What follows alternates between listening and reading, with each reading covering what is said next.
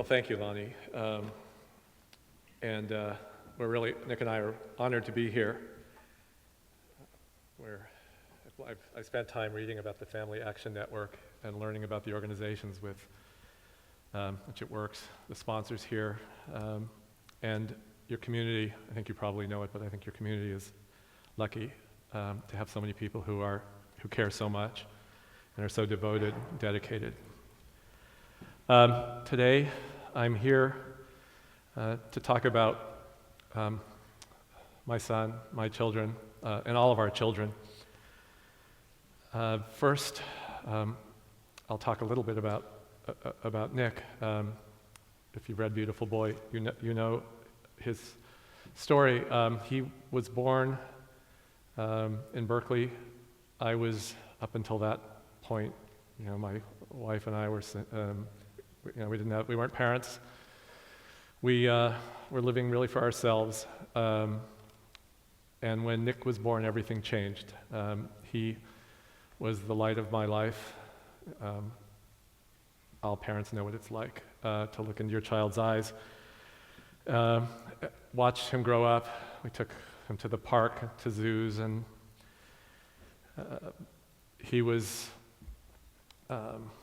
this, I'm his father, so I'm prejudiced, but he was this lovely, sort of really incredibly bright, funny child with his own personality, very unique. When he was in preschool for a while, there was a period of time when he would only wear tights to school with his underwear sort of pulled up over his tights. And he was teased frequently, and the kids said, only girls wear tights, and his response was, Superman wears tights. And another thing I remember from that same time was when he was in kindergarten a little bit later, and the teacher had them write down words about themselves, about their families, whether they lived with their mom and dad together, or their parents separately, or someone else, another caregiver, whether they lived in a house or apartment. And one of the questions that they asked was what color they were. And Nic very earnestly wrote down that he was beige. When he was 11, our family grew. My son Jasper was born, and then 2 years later, my daughter Daisy. Jasper was in second grade and Daisy in kindergarten when I received an email from Nic, who had started college. He wrote, "Howdy, Pop. God, I miss you so much. I can't wait to see you. One more day." It was the evening before he arrived home from summer vacation. Jasper and Daisy, who were 8 and 5, sat at the kitchen table, cutting, pasting, coloring notes and welcome home banners for their big brother. They hadn't seen him in 6 months. In the morning, when it was time to leave for the airport, I went outside to round them up. Daisy, wet and muddy, was perched on a branch high in a maple tree. Jasper stood below her. "You give me that back," he warned. "No," she said, "it's mine." There was defiance in her eyes, but then when he started to climb up the tree to get her, she threw down the Gandalf doll he was after. "It's time to go get Nic," I said. They dashed past me through the house into the car. We drove the hour and a half to the airport. When we reached the terminal, Jasper yelled, "There's Nic, there." He had an army green duffel bag slung over his shoulder. He leaned against a no parking sign on the outside curb of the United Baggage Claim. Lanky, thin, in a faded red t-shirt and his girlfriend's cardigan. When he saw us, his face brightened and he waved. The kids both wanted to sit next to him, and so after throwing his bag into the way back, he climbed over Jasper, buckled in between them. In turn, he clasped each of their heads between the palms of his hands and kissed their cheeks. "It's so good to see you. I missed you, little boinkers, like crazy." To us up front, he added, "You too, Mom and Dad." We drove across the Golden Gate Bridge. A river of thick fog poured below us and wrapped around the Marin headlands. Jasper asked, "Nic, are you coming to step up?" That was the graduation ceremony that was coming up, when Jasper was going to be stepping up from second grade into third, and Daisy from kindergarten to first grade. "I wouldn't miss it for all the tea in China," Nic said. I look back I tell stories from a time in our lives that's hard to remember. In retrospect, it seems so trivial and disconnected from why we're here today. And the reason I do is because we have images of what kids who become addicted look like. We see addicts on the street when we're walking down, hidden in alleyways and doorways, isolated, derelict, destitute, hollowed out eyes and tremulous, maybe psychotic. Those are addicts, not our children. This could never happen to me, I thought. Not to my beautiful boy. I knew about drugs. I knew about this threat of drugs, but I still didn't think my son was vulnerable to addiction. I thought he'd be protected by what? His good school, his intelligence, his friends, our community and our family, the love we have. He grew older. I did what they tell us to do. I talked to him early and often about drugs. And though I wasn't naive about them, I knew about the ubiquity and seduction and the pressure to do them. Still, I was blindsided when I found a bag of marijuana in his backpack. He was 12. I was heartbroken. I talked to his teacher, school counselor. They told me what I wanted to hear. They said, it's normal. Drugs are out there. Kids experiment. It's a rite of passage. Nic is smart. He's a great kid. He'll be fine. But he wasn't fine. He began high school and his drug use continued, and then it escalated. Before it was over, he used marijuana and alcohol, and then there were pills, crack, heroin, crystal meth. Every time I thought it couldn't get worse, it did. Soon I learned that he was mainlining drugs. As I wrote in Beautiful Boy, my son was shooting poison into his arms that not that long ago threw baseballs and built Lego castles, arms that wrapped around my neck when I carried his sleepy body in from the car at night. Our family spent 10 years in hell. I tried to get Nic help. I forced him into rehab programs. He'd do better for a while, and I'd think, thank God, it's going to be all right. But then he'd relapse again. The experts tell us that addiction is a family disease. For a long time, I didn't understand what that meant. When Nic became addicted, I thought he was the one with the problem. He's the one who needed help. But my son's addiction wasn't only destroying him. It was destroying our family. It was destroying me. I couldn't function. I couldn't work, couldn't take care of our younger kids. Nic repeatedly disappeared a day and a night, 2 days a week, and I'd be out of my mind with worry. I couldn't sleep. I did what parents do when we don't know where our children are. I called the police. I called the hospital emergency rooms over and over and over. One time when I called the local sheriff's office, an officer who'd heard my voice already by then many times asked, Mr. Sheff, have you tried the morgue? For the sake of Daisy and Jasper, Karen and I carried on as normally as possible, trying to protect them as best as we could. But they weren't only confused and intensely worried about their big brother, they were traumatized because their parents were. When Jasper watched his big brother being arrested, he was inconsolable. Even at that young age, his instinct was to protect Daisy. He wrapped around her, shielding her so she wouldn't see Nic dragged away in handcuffs. When Daisy was in 8th grade, her English teacher had the kids write about their childhoods for an assignment in school. I was born into a latticework of lovely oceans and hunched, shadowed vampires, tangled together in an inseparable knot, she wrote. Most of what I remember about being little is marvelous, with my 2 wise brothers carrying me upon their shoulders. But then, everything sort of flipped over. Nic was tired and slinking, and then he was gone. My strong pillar parents crumbled. Her pillar parents crumbled. And meanwhile, Nic's drug use worsened. On the Sunday morning in June, though Nic promised Jasper and Daisy he was not in the audience at their graduation, inside me was a searing void. The contradiction between the innocence of the children up there on the stage and my absent son is almost too much to contain inside one brain at one time. After the step-up ceremony come speeches and the commencement of the 8th graders who will begin high school in the fall. I am not the only parent with tears, but I cannot help thinking that mine are unique. I watched Jasper and Daisy dressed up, Jasper in the white Oxford shirt with its itchy collar, Daisy in her grandmother's white dress with smocking, white socks, and her Mary Janes, standing with their classmates, growing, immaculate, nervous, and excited. And I remember Nic shining there too, standing tall, his life ahead of him. Where can he be? Finally, we found Nic and we got him into treatment. It was a 30-day program. I thought, this has been hell, but now it'll be over. I'll pick him up, he'll be cured, our lives will go back to the course we'd planned, he'll go back to college, he'll be fine. But he wasn't fine. He disappeared again and then again. It was unrelenting. Hope would be followed by despair over and over and over and over. Eventually, however, after rehabs, hospitals, inpatient programs, outpatient programs, sober living houses, eventually Nic was sober for a year, then a year and a half. With him in recovery, I wrote an article about what we'd been through in our family for the New York Times Magazine. I wrote it because I didn't want other people to be as blindsided as we were. I wanted people to understand, yes, this can happen to you.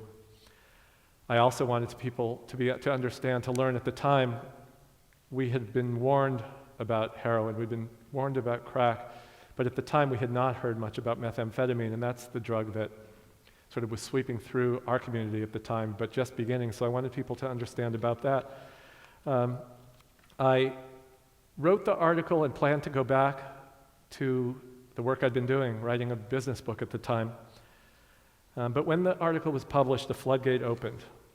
And that's when I began to learn about how pervasive this problem is. And that's when I began to hear from people, dozens of people, and then hundreds, and then thousands of people. I learned more about the pain and anguish caused by addiction, more about the prevalence, and I learned about the stigma that immeasurably worsens the suffering. When I met these people, countless people whose lives had been shattered, I learned something else, something I couldn't have imagined when we were going through the worst of it. I learned that no matter how bad things had gotten for our family, we were among the lucky ones. I learned this when I heard over and over again, when I met parents and others who would say, "How did you get into our house? You told our story. Your family story is our family story, but ours had a different ending. My lovely daughter didn't make it. My beautiful boy died." 350 a day. 112,000 a year. Addiction is the number 3 killer in America. Because of the people I'd gotten to know, I couldn't go back and leave this behind. There was too much suffering. Here was a problem that was devastating families, and almost no one was talking about it. And then when addiction strikes, no one knows what to do. And so I set out to learn what I could about drug use and about addiction and why we fail so miserably in our efforts to stop them, why we were losing so many of our children. And not only that, but also why we aren't addressing a problem that was causing cataclysmic devastation throughout America. The crime, healthcare costs, lost productivity, suicide, violence, accidents, abuse, the devastated families, devastated neighborhoods defined by drugs. I learned more about the toll of addiction. There are 23 million addicted people in America. I learned that 80% of children try some drug or alcohol before they're 18, and 1 in 10 of them will become addicted. 1 in 10 of our children. I didn't only learn the numbers, but I came to understand what underlies drug use. We think kids use, we talk a lot about why kids use, we talk about peer pressure, we talk about how good it feels, they want to get high. But a survey was done of children all over across the country, thousands of them. The results surprised the researchers. They asked children about their drug use, and the number 1 reason teenagers said they used drugs was because of stress. Growing up is hard. It's always been hard, but maybe it's harder now. Some stress comes from the day-to-day ennui and the time-honored pressures that are especially pronounced during adolescence. Many teenagers feel defeated, confused, anxious, alienated, or just weird. They may feel inadequate and insecure about friendships, their appearance, sex. Kids face bullying, cyberbullying. Some kids feel as if they'll fail in life if they haven't filled out their college resumes by the time they're 12. And it's much worse for other children, those without parents or competent caretakers, kids who aren't being raised at all, those hardly in school, and the many coping with abuse and poverty, bleak and dangerous neighborhoods. Stress is related to addiction on the most primal level. The pathways in the brain are interlinked. So we think about and treat drug use as if it's a moral problem. It's bad kids who use, good kids don't. As a pediatrician I got to know says, these are not bad kids, these are our kids. These are our children, and they don't need our blame and anger, they need our compassion. They need our love, our understanding. They need us to help them deal with the stress in their lives and to ameliorate it when we can. We try. Most of us, all of us, parents, want the best for our children. Why then do we often fail in spite of our best intentions? It's useless to tell a child who's being bullied or is failing in school or is traumatized by family turmoil to just say no. It's pointless to tell our children to make good choices about drugs if they offer a reprieve from the darkness they feel or the connection they so badly crave to other kids. Warnings about the evils of drugs fade into the background when those who are anxious, overwhelmed, or feeling that they are overwhelmed by life itself. There are things that we now know about drug use that we didn't know in the past. If we want to stop our kids from using, we have to understand that drugs are a symptom, not the cause. Effective prevention necessitates a full-court press that focuses on building strong individuals and families. It requires the participation of parents, teachers, schools, communities. One way we can prevent our kids from using is to understand that kids are more likely to use. Some kids are more likely to use, and some kids are more likely to become addicted. Every child can become addicted. No one is immune, but some are more likely to. Risk factors for drug problems include genetics, if there's addiction, alcoholism in your family. Another risk factor is the age of first use. The younger kids that try a drug, the more likely they are to become addicted. Other risk factors include children with learning disabilities are more likely to have drug problems. Those with behavioral problems and psychological disorders, depression, anxiety, other mental health issues. Trauma is a significant risk factor. Trauma that comes from physical abuse, sexual abuse, even from stress in the family, even from a contentious divorce on parents. For many kids, their parents' homes explode and they don't know where they fit in. We know about the risk factors, though, and the good news about that is that when we know about them, we can pay attention to them and we can work to help our children grow up healthily and safely. We get help for them when the first time there's a problem. How do we know if our child is in trouble? How do we know if something we see is normal sadness, normal worry or moodiness, or if there's a problem that needs to be dealt with? Another doctor, another pediatrician said to me, if you think there's a problem, there's a problem. At least you want to find out. I learned from the researchers that not only are there risk factors, but there are also protective factors that help our children avoid drug problems. The strongest protective factor is you, their parents. Kids who are closely bonded with their parents, who feel safe and valued, who are able to communicate with them, they're less likely to use. One measure of drug use is the time kids regularly sit down with their parents for dinner. A series of studies found that kids who don't eat dinner with their families at least 5 times a week are 2.5 times more likely to drink, smoke, misuse prescription drugs. Presumably, it's not so much about the dinner itself, but it's that family dinners are protective because they provide a structure, consistency, and built-in time for children and parents to check in with one another. Another opportunity is homework time. A different study showed that kids whose parents helped them with their homework were half as likely to use than those whose parents never or seldom did. And of course, we must talk to our children, but talking to them doesn't mean talking at them.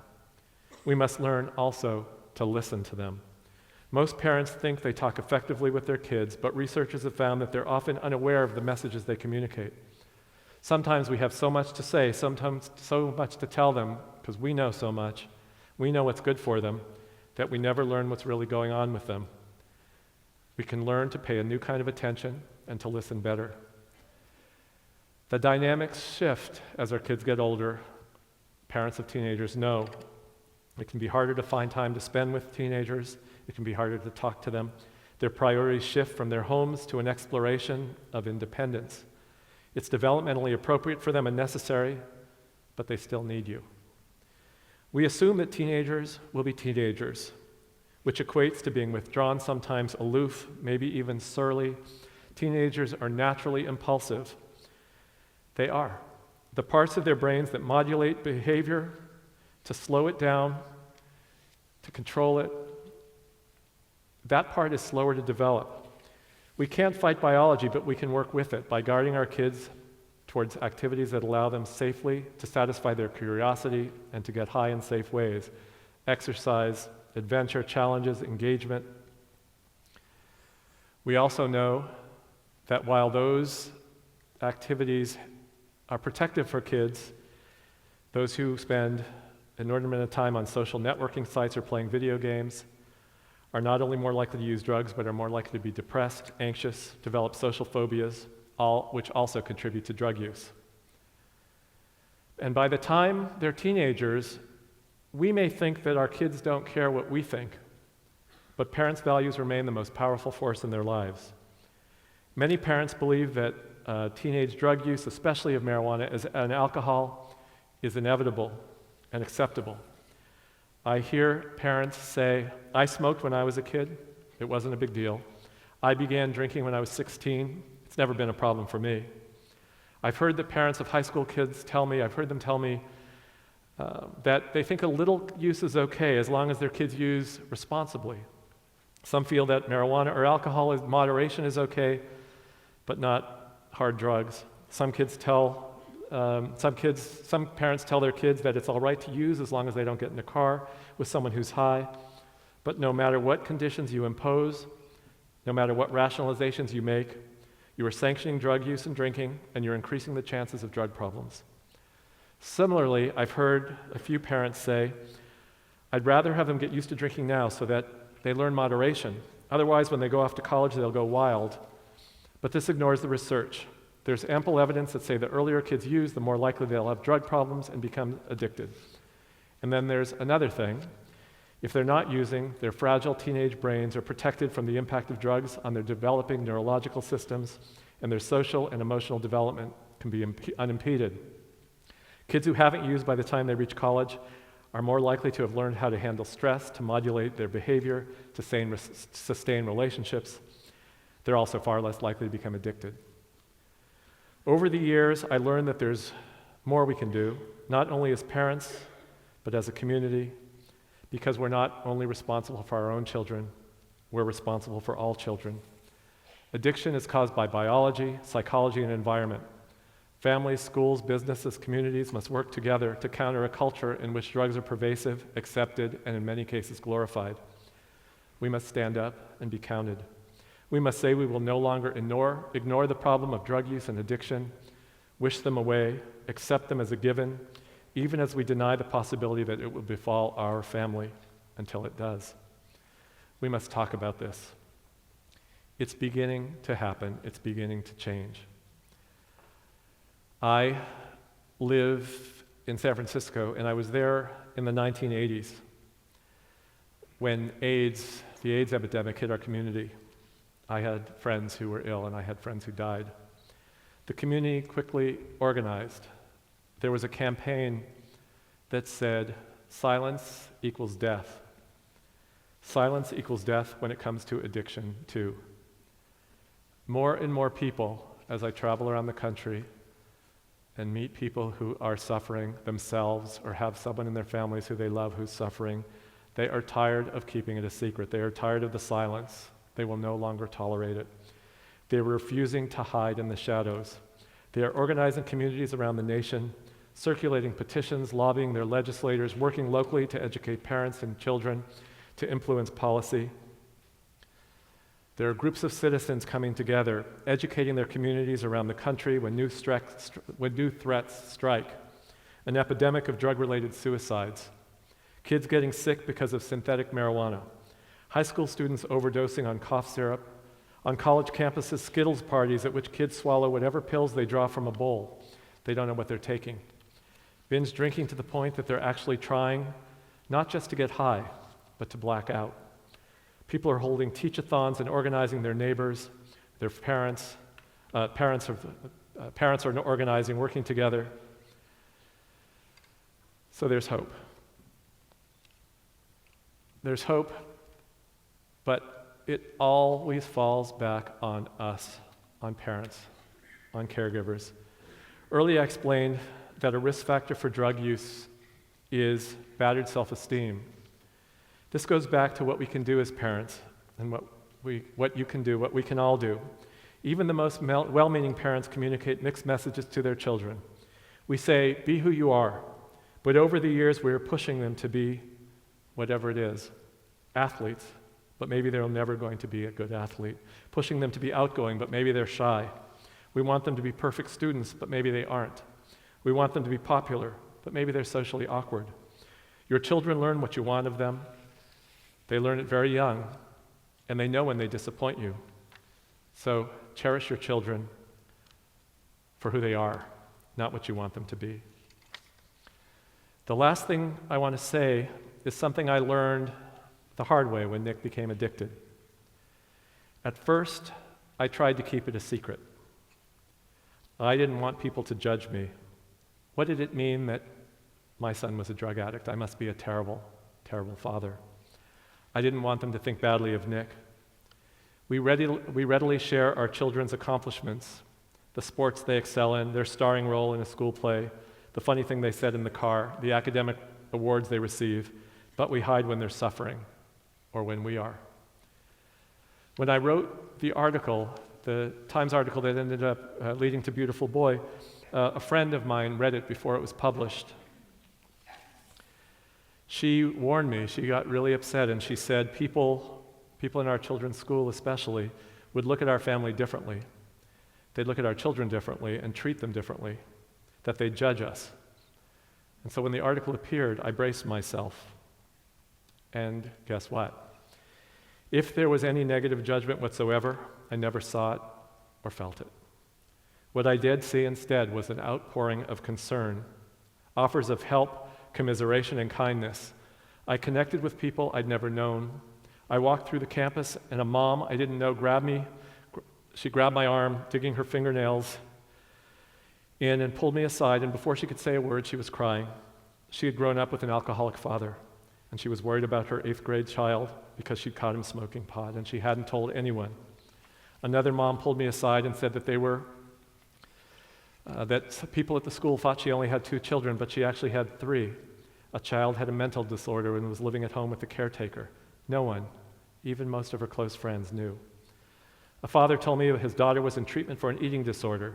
His voice cracked and his hands shook. He whispered as if there was shame in having a child suffering a serious illness.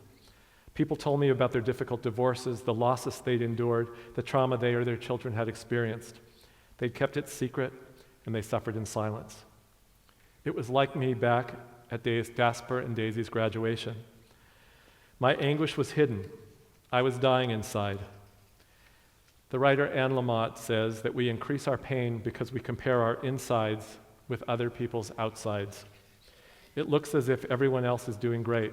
Their kids are sailing through, but no one sails through. When we choose no longer to hide whatever it is we struggle with, there's tremendous relief. We can be supported, we can get help, we can learn that we aren't alone, and we aren't. We're in this together. Life is hard. Sometimes it's unbearable. But with openness and love, together we can move from darkness and suffering to light, hope, and healing. Thank you again for inviting us here, and I'd like to invite up my beautiful boy, Nic. Well, hi, I'm Nic, and thank you so much for having us here. This has been just an amazing event so far, and feel like, Dad, every time I listen to you, I get some new stuff out of, I don't know, I just feel like you've gotten so great at giving these talks, and it's just really powerful. I don't even feel like there's that much that I can really add myself, but I'll just try to tell a little bit of my own story, and kind of how I came into all this. I used to think that this was unique to where I grew up in the Bay Area, that marijuana, pot was just like everywhere. Like I felt like everyone smoked pot around me. Like you walk down the street and people are smoking pot, and my family friends smoke pot, and kids at school smoke pot. But what I've come to learn as I've traveled around the country talking about addiction is that's pretty universal now. Like Chicago, New York, Michigan, everywhere, pot is just like huge. And I feel like there really is this feeling that young people have, that I certainly had, that smoking pot is really not like a big deal, and that everyone does it, and it doesn't really have any consequences. So I remember I was, I think, 11 or 12, and one of my friend's older brothers was like a drug dealer, a pot dealer, and this kid brought pot to school and asked if I wanted to smoke it, and because it was everywhere and I didn't really think it was a big deal, I tried smoking pot for the first time with him, and I would say like really instantly I had this very like immediate sense of relief. Up until that point, I'd always felt really kind of like uncomfortable in my own skin, and I felt like just like really ugly, and like everyone else around me just seemed like they had it so like together, like they seemed so confident, and they seemed like they knew what they were doing all the time, and I didn't feel that way at all. Like I felt totally scared. The world felt really, really big and really overwhelming, and I didn't know what I was doing. But when I started smoking pot, I immediately started to feel better. Like I felt like I could talk to girls, and I could, go to class, and I could sit with myself, and do things that I wasn't able to do before.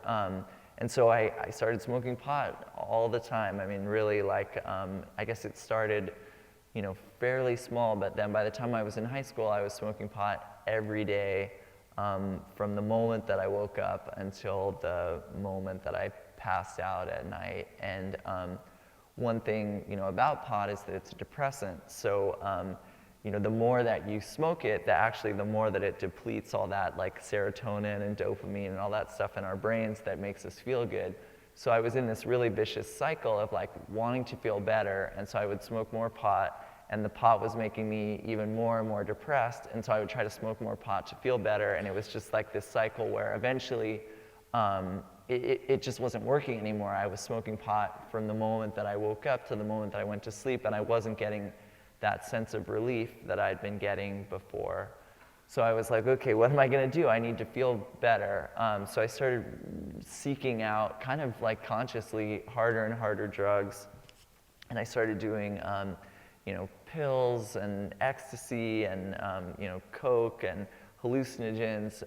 And it really wasn't until I found crystal meth that like I found kind of like the one that I was looking for, I guess, or something. As my dad said at the time, crystal meth wasn't really big in the media or anything. I don't think I'd ever even really heard of it. Like there was no Breaking Bad, and there was no, those posters like I lost me to meth or whatever. Like I thought that, maybe it was like some redneck drug that was done in the middle of the, Ozarks or something, but I didn't think that, it was a drug that people actually did. So when one of my friends, a different friend, offered me a line of speed for the first time, I did it, and I didn't know what it was, but it was crystal meth. And as soon as I did that line the first time, it's funny, I remember learning a lot about heroin in school. Like I'd been educated about heroin, and people told me like, you should never try heroin because you can get addicted to heroin the very first time you try it. And I remember that kind of scared me, because I was like, okay,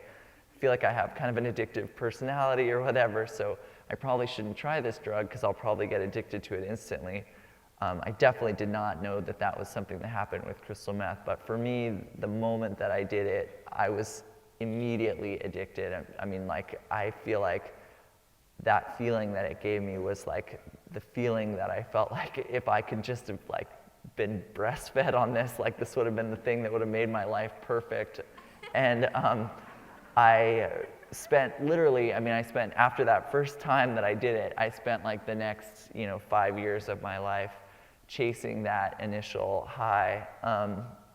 Once I started doing crystal meth, my life spiraled out of control super, super quickly. I started, basically just, I changed and I became like this, almost like an animal or something, that all I cared about was getting this drug. And so I was stealing from my family, and I was breaking into people's houses, and I was lying, and I was acting crazy, staying up for days and days at a time.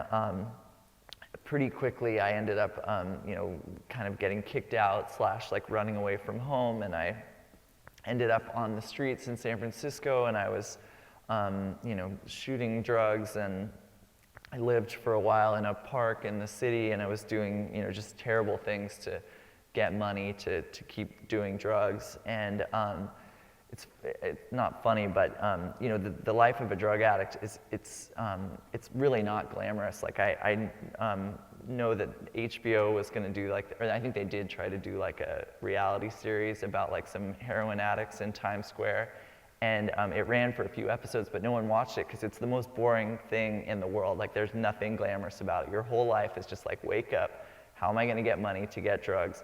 Get the drugs, do the drugs. How am I going to get more money to do the more drugs? And that's it. Like that was my entire life. At a certain point, I did kind of hit like a certain bottom.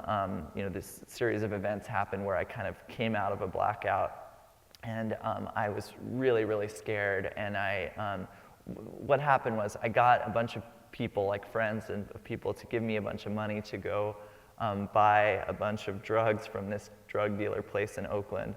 And I was going to buy all these drugs for these people and come back and give that to them. But instead, I went and I bought all these drugs, and I just did them all myself. And so I ended up like totally blacking out, and I don't know what happened exactly, but a few days went by where I totally blacked out. And I woke up, I was totally been robbed, and I didn't know where I was. And anyway, I called my dad at that point, and I was like, Dad, I think I might really need some help. And so that was, the first time that he kind of helped me get into a treatment center, and I agreed to go into this place, kind of reluctantly actually, but I went to this 28-day treatment program in San Francisco. And I remember thinking at the time, like, okay, you go to rehab, you spend 28 days in treatment, and then you come out and you're fixed. Like, that's what happens. That's what happens to those, Lindsay Lohan or whatever, it's like they go in and then they come out and then they're better. And so that was what was going to happen to me. So I went into this treatment program, and I did, the 28 days there. The craziest thing, though, is that when I was in this treatment program, I mean, they talked to me a lot about, the disease of addiction and what the drugs do to my brain and all this stuff, but they never talked to me about like what it was inside of me that I hated so much and couldn't live with, that I needed to keep reaching out to drugs and alcohol in order to like numb out, to not feel all these feelings that I had. They never tried to help me kind of understand like what that is and how am I going to figure out a new way to start to learn how to, love and care about myself or whatever without drugs and alcohol. So I came out of rehab, and I wanted to be sober. I definitely was committed to it, but I hadn't really done any work to really change who I was. So, I ended up moving down to LA, and I got in this relationship with this older woman who was kind of like, to me, she was like a celebrity. Like, I just thought she was the coolest person in the world, and I felt like if she were to love me and want to be with me, then that would really make me feel like I was worth something. And so, instead of reaching out to drugs and alcohol, like I reached out to this girl to be in this relationship, and I devoted everything to being with her. And then when I found out that she was relapsing and using drugs again, I didn't even think twice. I started using again with her, and that relapse with her was definitely the worst relapse that I have ever had, and hopefully that I ever will have. We were shooting, every drug imaginable. We were taking, mountains of pills every day.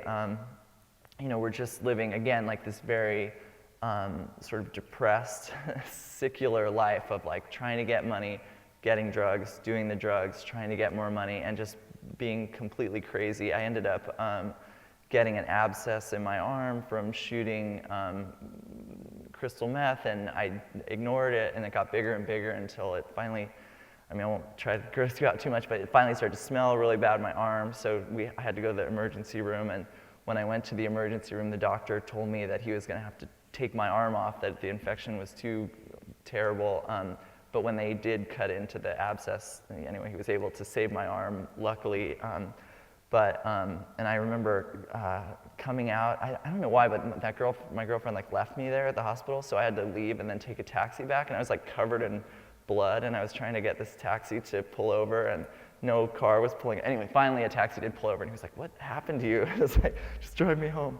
But anyway, the weird thing is, though, that while I was with this woman, I always, I think maybe because my dad is a writer, and because, growing up for me, the other thing that really kind of helped me not feel so alone and not feel so crazy was reading books by authors that I really admired. And I just loved writing and I loved reading, and it was one of the few things that actually gave me like a sense of peace and comfort when I was growing up. So I always really wanted to be a writer, and so I was, always writing all the time. And while I was on drugs with this girl, I had this fantasy that I was gonna, write this amazing book that I was gonna write while I was on drugs, because that's what I thought. I thought that creative people like did drugs and then they made their art when they were on drugs, and then they were like really successful. So I was trying to write all the time, and I would send stuff that I was writing out to different people, and they would read it and be like, "This does not make any sense, like you need to get help," or whatever. But I kept trying, except for this one night. I had this great idea when I was on meth that I was going to take apart my computer, and I was going to take apart my cell phone, and then I was going to put them together, and I was going to make this like amazing super computer cell phone thing that if I'd been able to do it, it would have been like the iPhone, which would have been amazing. And I would be a billionaire now, but unfortunately I took apart my computer and I took apart my cell phone, and I killed them both. And so I had this feeling like, okay, I really need to still write this book, and I'm gonna be really a great writer. And so my mom also lives in LA, and I knew somehow, I don't even know if this is true, but I thought that she had this old computer in her garage, and I was like, okay, we're gonna go steal this computer from my mom so I can keep writing. So I brought my girlfriend into the neighborhood that my mom lives in, and I dropped her at the grocery store, and I was like, just wait here, I'll be right back, I'm gonna go steal this computer. And she was like, okay. So I left her at the grocery store, and I went to my mom's house, and it was like 4 o'clock in the morning or something. And I broke into my mom's garage, and I had this thing in there, which this is something that meth does specifically, is I went into like an amphetamine psychosis where the drug just really makes you go crazy at a certain point. And so I was in her garage, but I didn't know where the door was to get out, and I thought there were all these people outside that were like talking or like listening to me, and I tried to like climb out through the roof and like was trying to peel the rafter, the shingles in the roof away or whatever. And anyway, it turned out that I was in there for like 5 hours because my girlfriend who was waiting at the grocery store was like, where the hell is he? So she started calling, different people, and she finally called my mom. And my mom came and found me out in her garage, and she had a member of the Los Angeles Police Department with her, and they basically gave me the choice then that was like, either you go to jail or you go to rehab.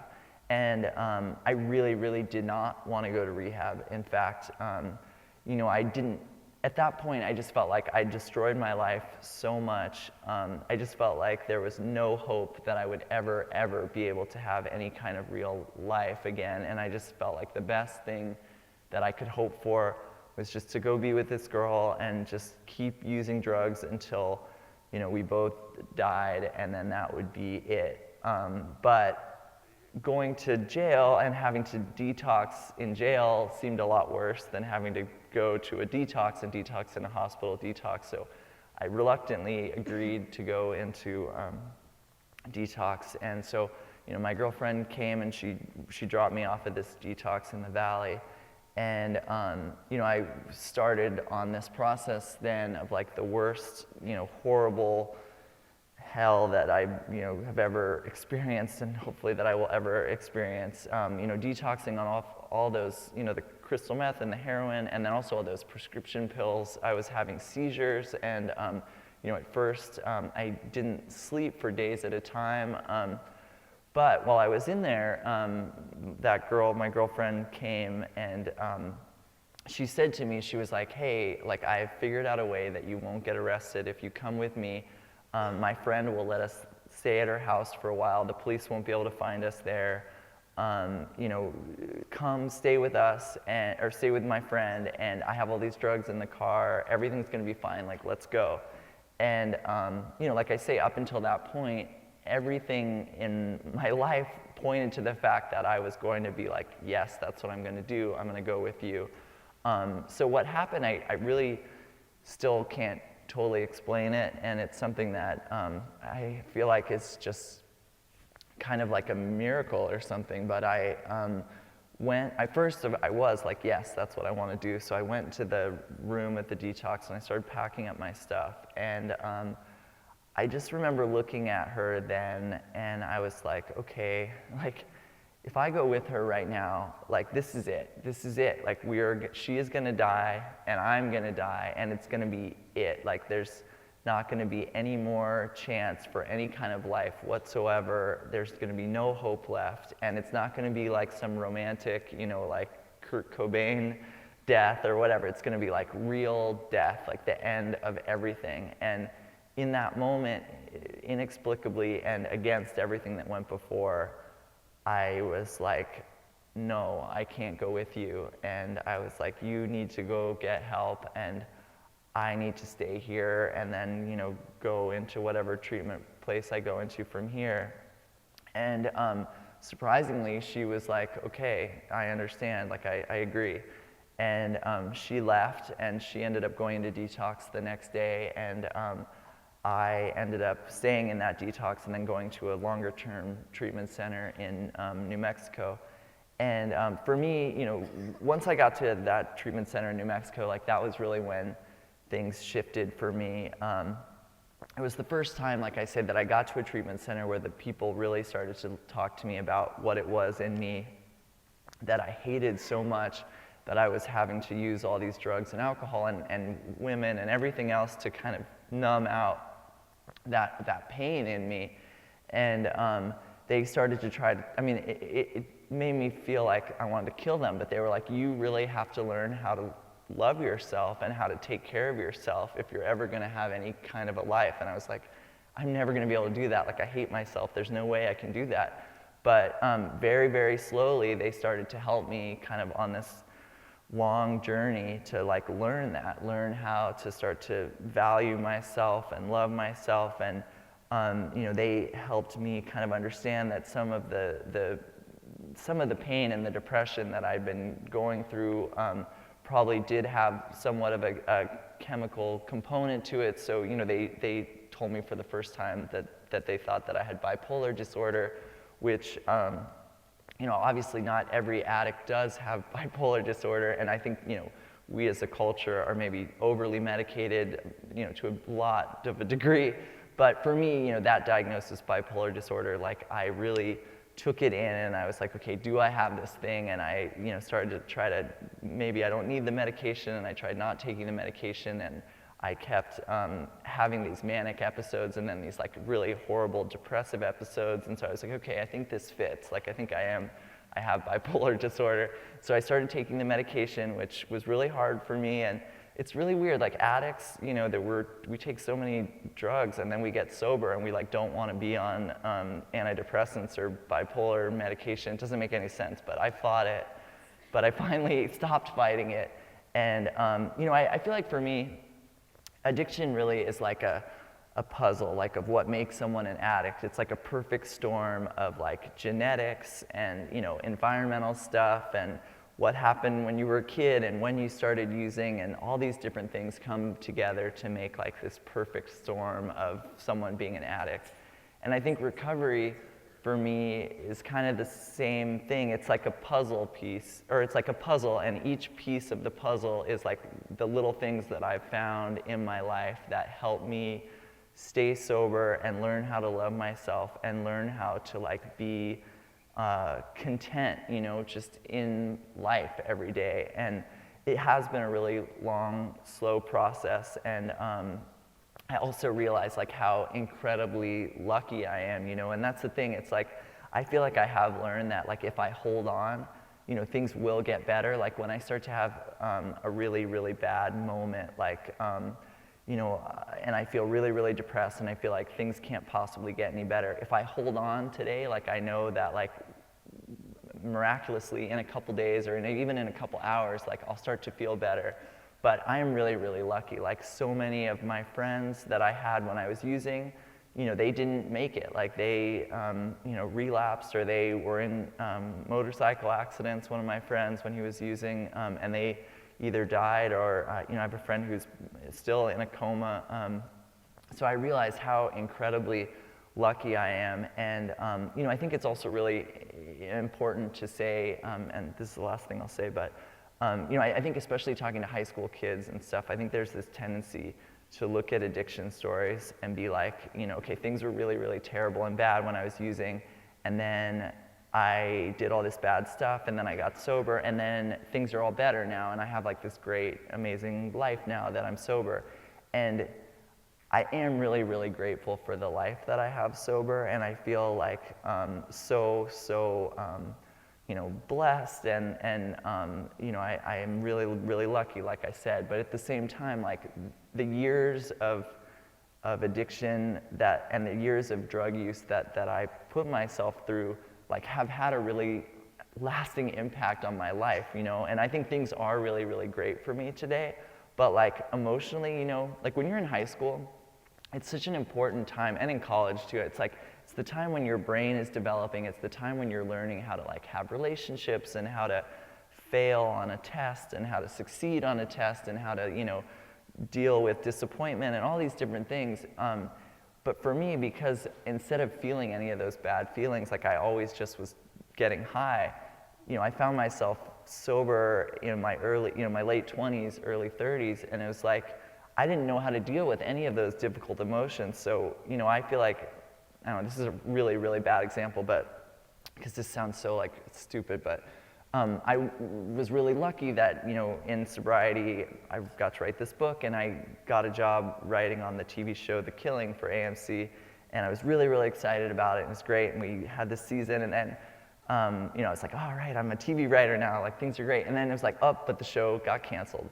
And, you know, it's not a big deal, like it's totally stupid. But when I found out that that show got canceled, I was like, I'm never gonna, like, I don't know how to deal with stuff like that. I was like, I'm never gonna work again, like I'm gonna be homeless again, like I'm not gonna be able to take care of my dogs, they're gonna have to go to the pound, and you know, my wife's gonna leave me, and I really felt like I wanted to just like curl up in a hole under the bed or something and just like lie there until I wasted away and died.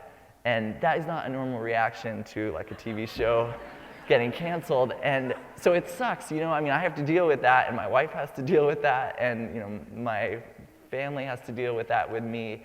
And it's an ongoing, you know, battle. But the difference, I guess, is today is that when something like that happens, instead of thinking like, if I reach out and get high, that's gonna make this better. Now I think like, if I, you know, call my therapist and I, you know, just lie here for a while and watch some movies or whatever, like I'm gonna feel better.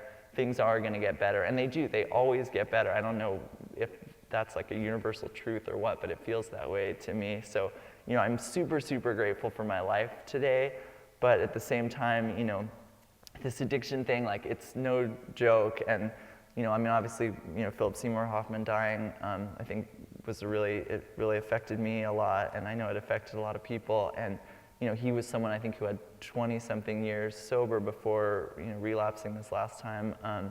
So, it's an ongoing battle, and it's not something that I would wish on anybody, but there is so much hope for those of us that are addicts, and it is really possible to live a really full, beautiful life, and I do feel like I have that today. So anyway, all right, thank you guys so much.